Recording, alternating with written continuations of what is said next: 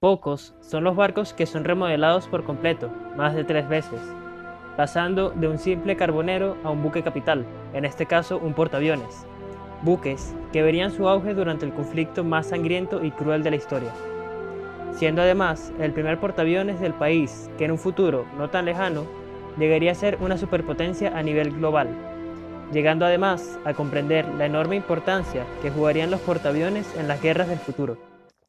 Bienvenidos a Grandes Barcos de la Historia. Hoy hablaremos del CB-1 de los Estados Unidos de América, el Langley.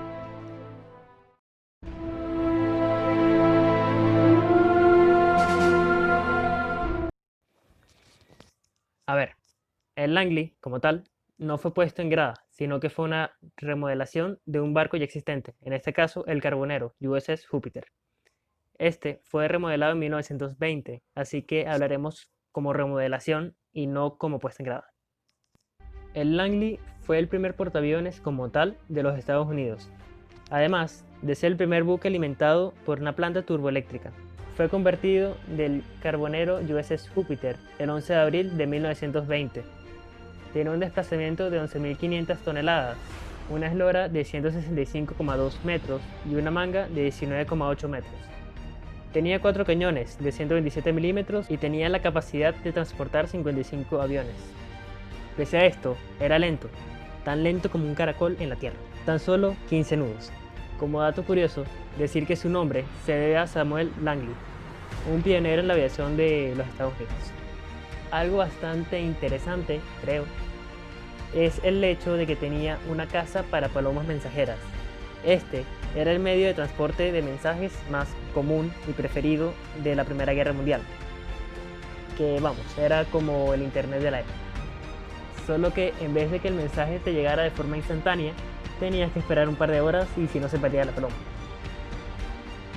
Bueno, las palomas al final nunca fueron utilizadas por el simple hecho de que al liberarlas en bandada, estas se fueron del barco, se fueron hacia el océano y jamás regresaron. Como es de esperarse, al ser el primer portaaviones de los Estados Unidos, participa en varios eventos de la aviación embarcada. El primer despegue desde su cubierta fue el 17 de octubre de 1922, en el que un Vought B-7 logra despegar, marcando un antes y un después en la Navy moderna. Pocos días después se logra el primer aterrizaje sobre él, en un Aeromarine 39B, y el 18 de noviembre se catapulta el primer avión. Para 1923, el Langley ya había empezado operaciones de vuelo y pruebas en el Mar Caribe, y para junio fija rumbo a Washington DC para dar una exhibición de vuelos. Pero antes pasa por el astillero de Norfolk para comenzar a entrenar. Ya culminada la gira, por así decirlo, entra a puerto y ancla. Sin embargo, sigue protagonizando despegues y aterrizajes. Cabe destacar que muy rara vez los aviones, en aquel momento, lograban despegar sin viento alguno o con el barco estacionado, en este caso anclado, mejor dicho.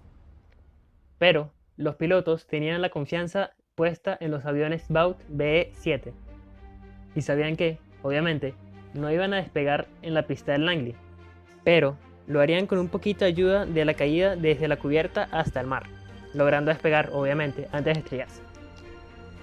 El Langley se une a la flota del Pacífico el 29 de noviembre de 1924 y un par de años después es movida a la villa de Guantánamo. Durante 12 años no hizo más que servir para combatir contra flotas de prueba, experimentos, entrenamiento de pilotos, entre otras cosas. Como tal, hasta aquí llega la vida del Langley como portaaviones, ya que el 25 de octubre de 1936 es nuevamente remodelada para funcionar ahora como un porta-hidroaviones. Sin embargo, el nombre sigue siendo el mismo, así que continuaremos con su vida de porta-hidroaviones. Para este caso, se le asigna el número AB-3 en abril de 1937 y es asignada como fuerza de escolta. Ya con la entrada oficial de Estados Unidos a la Segunda Guerra Mundial, se encontraba anclada en Filipinas, pero con la invasión japonesa de las mismas, parte hacia Balikpapan, en las Indias Orientales neerlandesas. Pero, como los japoneses no querían parar, pues también las conquistaron. El Langley tuvo que ser movido a Darwin, en Australia, en donde asistiría a la Real Fuerza Aérea Australiana en patrullas antisubmarinas. En Fremantle, recoge un cargamento de 32 cazas P-40 y se une al convoy MS-5, el cual había llegado desde Melbourne, y escoltados por el USS Phoenix, parten el 22 de febrero. Sin embargo, el Langley y un buque de carga, el Sea Witch, son ordenados a entregar sus aviones por separado en Gilad Yap y Yap. En las primeras horas del 27 de febrero, logra reunirse con los destructores USS Whipple y Edsall, que habían ido a escoltarla. Más tarde, un avión japonés los detecta y a las 11:40 son atacadas por 16 bombarderos Mitsubishi G4M Betty, los cuales son escoltadas por 15 cazas A6M Grayson. Los bombardeos se realizaron a una altura media, lo que le dio tiempo al Langley de maniobrar y esquivar algunas bombas. Sin embargo, los japoneses se dan cuenta de lo que está haciendo y deciden atacar en todas las direcciones en las que el Langley podía ir, por lo que termina comiéndose 5 bombas en total de 250 kilogramos y 60 kilogramos.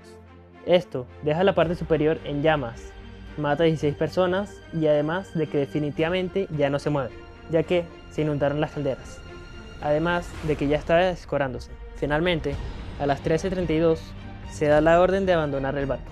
Ya con la tripulación rescatada, los destructores terminan de hundirla, disparando sus cañones de 100 milímetros y 2 torpedos a las 14:29. Esto para evitar que cayera en manos enemigas. Pero esto no es lo último que sufriría la pobre tripulación, ya que al ser trasladadas al USS Pecos, que era un transportador de combustible, resulta también hundido en la ruta de Australia. Además de que los pocos que se habían quedado en el Edsall también sufrieron el hundimiento de este, al atender la llamada de auxilio del Pecos, terminando así la historia del primer portaaviones de los Estados Unidos. Si te gustó la historia de hoy y quieres más barcos, no te olvides de suscribirte y darle un like. Hasta luego.